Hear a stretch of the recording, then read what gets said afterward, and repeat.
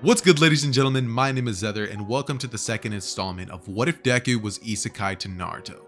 Before I begin today's video, I quickly want to plug the artist who made the thumbnail for the Deku art, my boy, Blue Keith. You can actually find a couple of his links down below in the description if you're interested, and if not, then let's simply get it straight into today's What If video.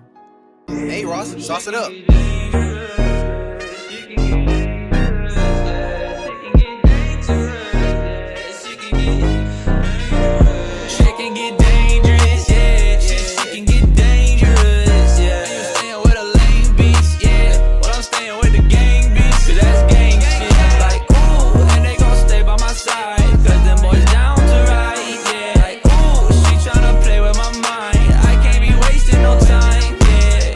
Following the events of Naruto being an absolute goofball, the team would then proceed to have a good laugh about the situation before then continuing on with their journey.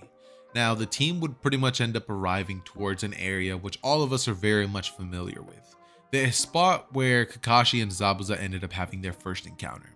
Now, all of this pretty much ends up going the same way that it does in canon, up until the point where Kakashi ends up essentially being captured in the water prison jutsu.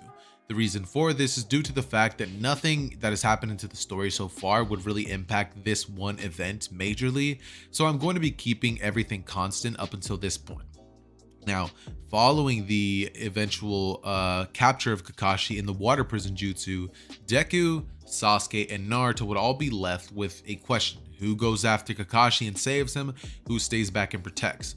All three of them immediately come up with a plan.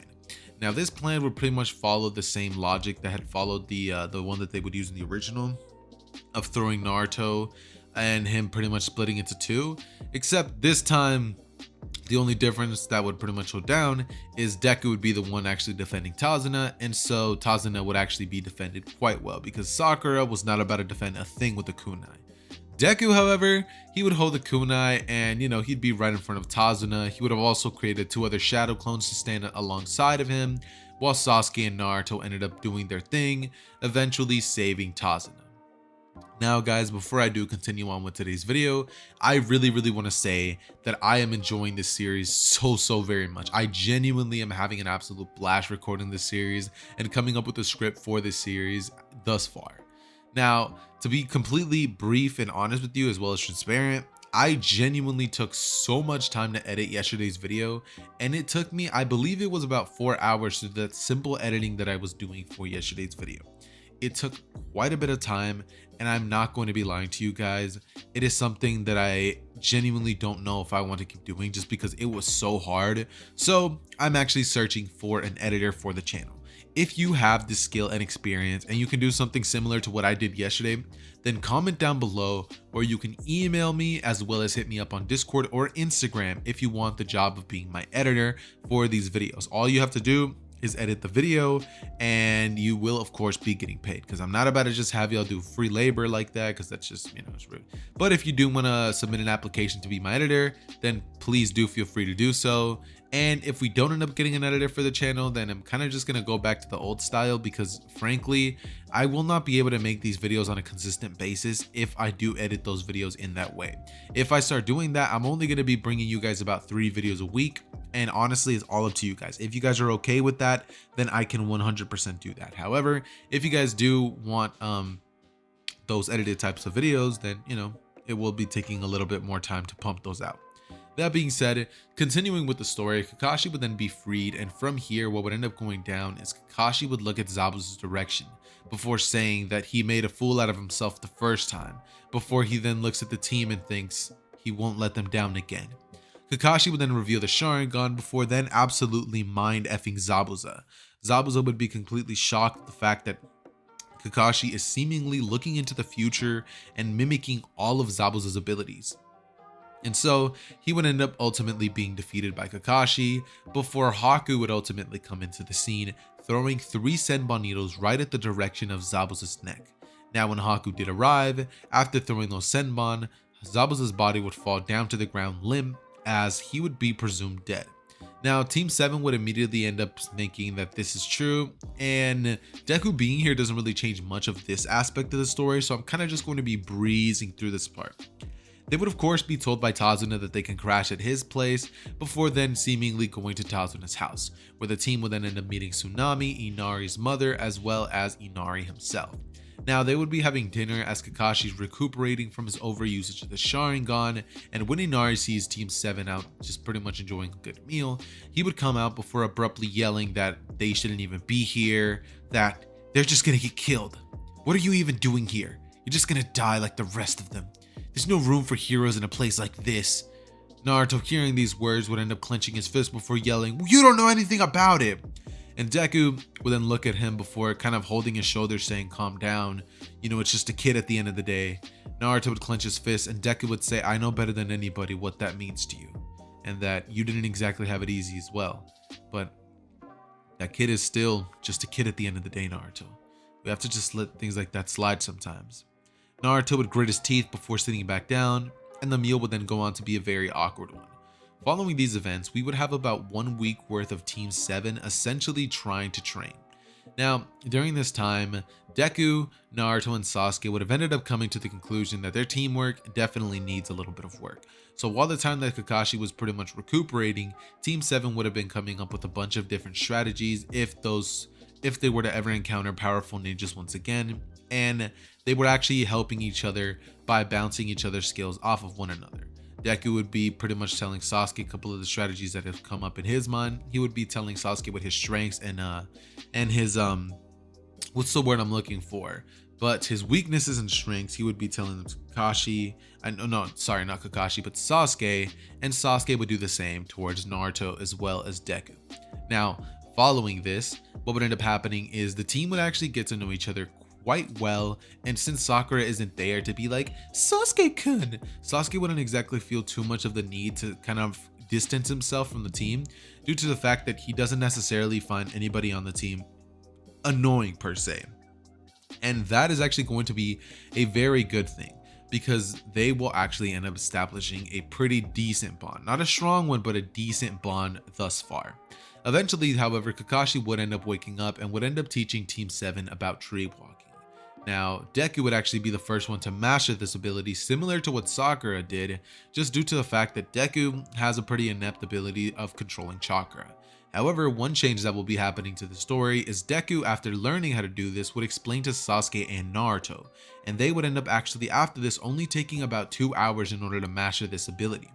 After mastering this, all of them would go inside to have a well-deserved feast before about 2 to 4 days would go by, in which the team would all essentially just be waking up for one of their final days of building the bridge. At this point, a lot of Tazuna's helpers who were actually involved with building the bridge had already quit, so Team 7 at this point would have already begun to have started having to help them. And Naruto, just like in the original version of the story, would have ended up staying passed out. This would lead to Naruto staying back and protecting Inari, with that going exactly as it does in the original story, and Deku would have actually ended up having to go with, Team 7 to build the bridge. Deku would have noticed how Naruto looked very tired, and so he decided to just let his brother sleep.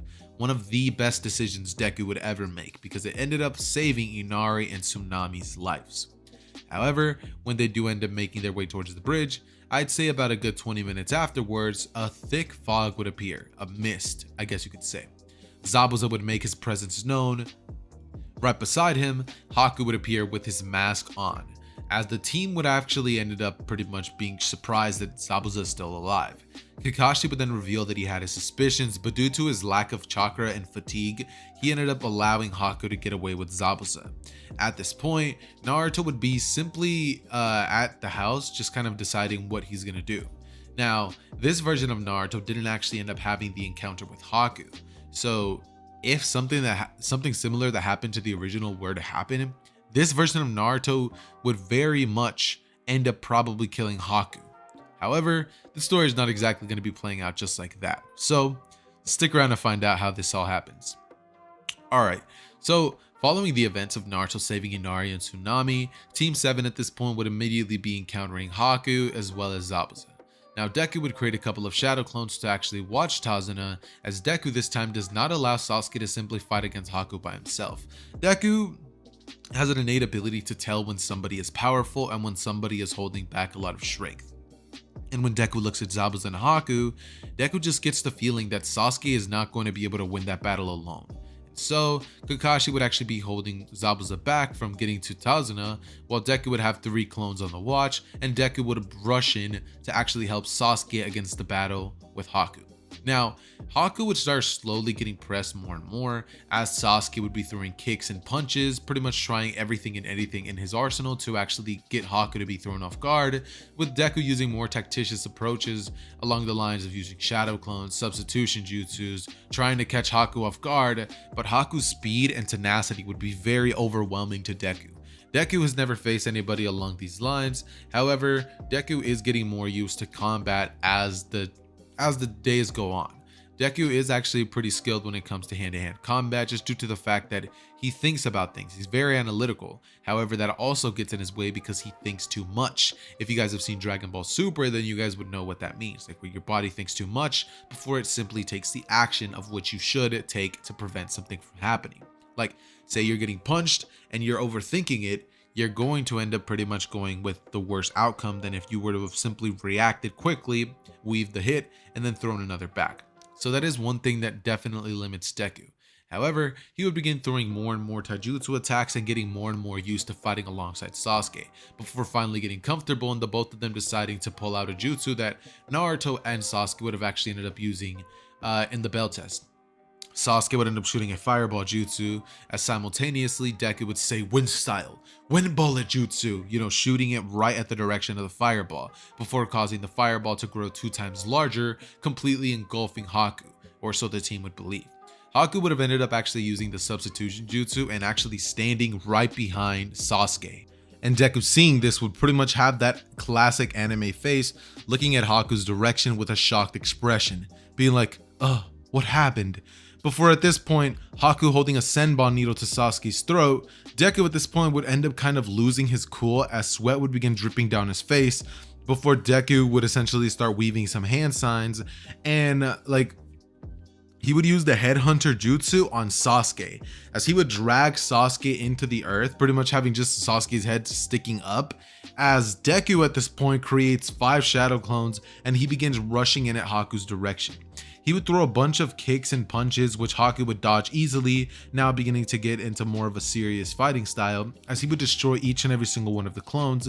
Deku at this point would say, alright, you asked for it, before he says, water style, water, like water flood jutsu, like a huge amount of water would pretty much come flooding in from the area that's around them, as it would rise up to the bridge, and it would pretty much cover the area that Haku was standing near.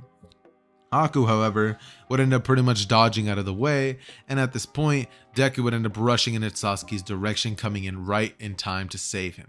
Now, he would end up taking Sasuke out of the jutsu, before at this point, we pretty much have Naruto come rushing right in saying, hey, you guys, I'm gonna help. And at this point, Haku would immediately come in and be like, Ice Crystal Mirror Jutsu, before the Ice Crystal Mirrors pretty much appear in front of all of them, and Naruto is simply left outside to watch everything. Deku would see his brother Naruto come rushing in and would say, Naruto, God help me if you come inside this jutsu. I'm gonna freak out. And Naruto was literally like half a step from getting inside of the Ice Crystal Mirror jutsu, so he would stop abruptly and Deku would say, you're more helpful outside. Just protect Tazuna. Trust me, Naruto, we can handle this. He would give him a smile and a thumbs up, and Naruto would have a little bit of doubt in his mind, but he would think, right. As he would rush in towards Tazuna's direction, he would then think that there has to be something he could do, before Naruto then pretty much creates a bunch of shadow clones saying, they'll help you. A bunch of shadow clones, about 100, would rush in right at the ice mirrors and begin punching and kicking them. However, it would literally do nothing. And at one point, Naruto would end up thinking of maybe using a fire attack or something like that, and he would be like, if only I could use those types of jutsus, maybe at this moment I could be helpful. Chakra, chakra, chakra is all that Naruto would be thinking. He's like, I wish I had more control over it. Before at this point, Deku would abruptly look towards Sasuke's direction, as Sasuke and himself would be thinking the same thing. Sasuke would then weave a couple hand signs before saying Phoenix Destroyer Jutsu, and he would proceed to shoot it right at the Ice Crystal Mirror, doing absolutely nothing. At this point, Haku would then begin using his light speed mode to pretty much go through each mirror individually, throwing a Senbon after Senbon after Senbon at the group. Now, Deku, seeing all of this going down, would begin trying to think of any possible way to pretty much start preventing this, and as the battle goes on, Sasuke would actually end up unlocking no, I almost said Eternal Mangekyo Sharingan, no, absolutely not, but the One Tomoe Sharingan in each eye respectively. When Sasuke ends up unlocking this ability, he ends up barely starting to be able to track the movement. With this fact, Sasuke is actually able to react a lot better to these attacks, and Deku, however, is still at a huge disadvantage. He has no such thing as a Sharingan or even plot armor for that fact. Psych, I lied. No, Naruto would pretty much be watching, and at this point, Naruto would see as Deku starts getting hit with Senbon after Senbon after Senbon. And Naruto, seeing this, would pretty much start banging at the ice crystal mirror saying, "Deku, you better not get hurt in there!" And Deku's body would then get hit with a Senbon that would drop Deku straight to his knees. Sasuke would then jump in front of a bunch of Senbon that were coming right at Deku's direction to finish him off, and Sasuke would then get hit with all of them falling onto the ground. Before Naruto would have his heart start beating faster, before it then abruptly stops. His eyes turn a crimson-like color. His features become more animalistic, more fox-like. Naruto would let out a roar to the heavens as he would then say, "Get away from my brother," before immediately rushing in and destroying the Ice Crystal Mirror Jutsu, punching Haku straight out of it, and then proceeding to begin to beat on Haku with speeds that are completely insane. Haku at this point would try to counter this, but Naruto this time around, after punching Haku to the ground, Haku would say, "Finish me, I was worthless to Zabuza," and this time, Naruto would speak two words. Actually, no, he would speak one word, sorry. He would say, "Gladly," before he then punches right at Haku's face, pretty much caving Haku's skull in and killing Haku upon contact. As soon as Zabuza sees this, he would be thrown off in his own personal battle, and it would let Kakashi have the opportunity to use his dog summonings to pretty much hold and restrain Zabuza, giving Kakashi enough time to weave a couple of hand signs before abruptly saying "Chidori" and stabbing it straight through Zabuza's chest, killing him. Following these events, Naruto would still be in an insane rage, as he's pretty much flipping out, and Kakashi, seeing Naruto using the abilities of the One Tails, would be thinking that that's not good. He would rush in at Naruto's direction and say, "Naruto, calm down." Naruto would be just losing his absolute mind and would be about to attack Kakashi, before suddenly he would actually end up calming down a bit, and the ability of the Nine Tails would slowly start seeping in, before suddenly one man with an army would appear. This man would be Gato. And since Zabuza doesn't actually get to be alive for Naruto to give him his Talk no Jutsu, instead what ends up occurring is Gato would arrive with his men, with a smirk on his face, as he would immediately say to Naruto that scumbag was never going to get paid anyways, and that if you want something done, you got to do it yourself. Before he then says, "Men, kill them all, and then kill the bridge builder." At this point, Naruto just gets really angry at the fact that, Gato just said all of that rude stuff, as he would rush in and start completely dismantling Gato's men, destroying them left and right, before then abruptly arriving in front of Gato and then saying, "You die," before Naruto quite literally plunges his fist right into Gato's heart and literally crushes it. And at this point, Naruto snaps out of his case, his first tail mode, as yes, this is the One Tail, not the cloak, the One Tail. He has one entire tail activated, because this version of Naruto is a lot stronger than the original. He's a lot more physically durable due to the fact that he had to train more, because he had his brother as friendly competition. So his body was barely able to handle this power. However, he became extremely drained after using this, and Naruto passed out, leaving Kakashi to deal with the aftermath of Sasuke, Izuku, and Naruto. Kakashi would sigh before he then pretty much picks them all up using a couple of clones, takes them to Tazuna's house, and the bridge would still be named the Great Naruto Bridge, because from the way that Tazuna saw it, Naruto was the one who actually ended up pretty much being the MVP of the entire battle. Everything was kind of equal until Naruto showed up and changed the entire course of the battle of the bridge. And so, hence the name, the Great Naruto Bridge. Following these events, Tazuna would end up completing the bridge, and this would actually end up saving the Land of the Waves. After that, Naruto, Sasuke, and Deku would all pretty much end up waking up, and it would be revealed that none of them were actually seriously injured or hit in vital organs. And so, all of them would survive and make their way towards Konoha, getting ready to begin the very next arc of the story, the Chunin exams. And with that being said, that concludes today's video of what if Deku was isekai'd into the Naruto world. What did you guys think of today's part? Did you guys like it? Did you guys not? Did you guys think it was too repetitive? Did you guys think that I could have done something different? Do you guys have any thoughts or suggestions? Then if you do, comment them down below and let's get a discussion started. That being said, it has been your boy Zether. I love each and every single one of you guys, and I am out. Peace.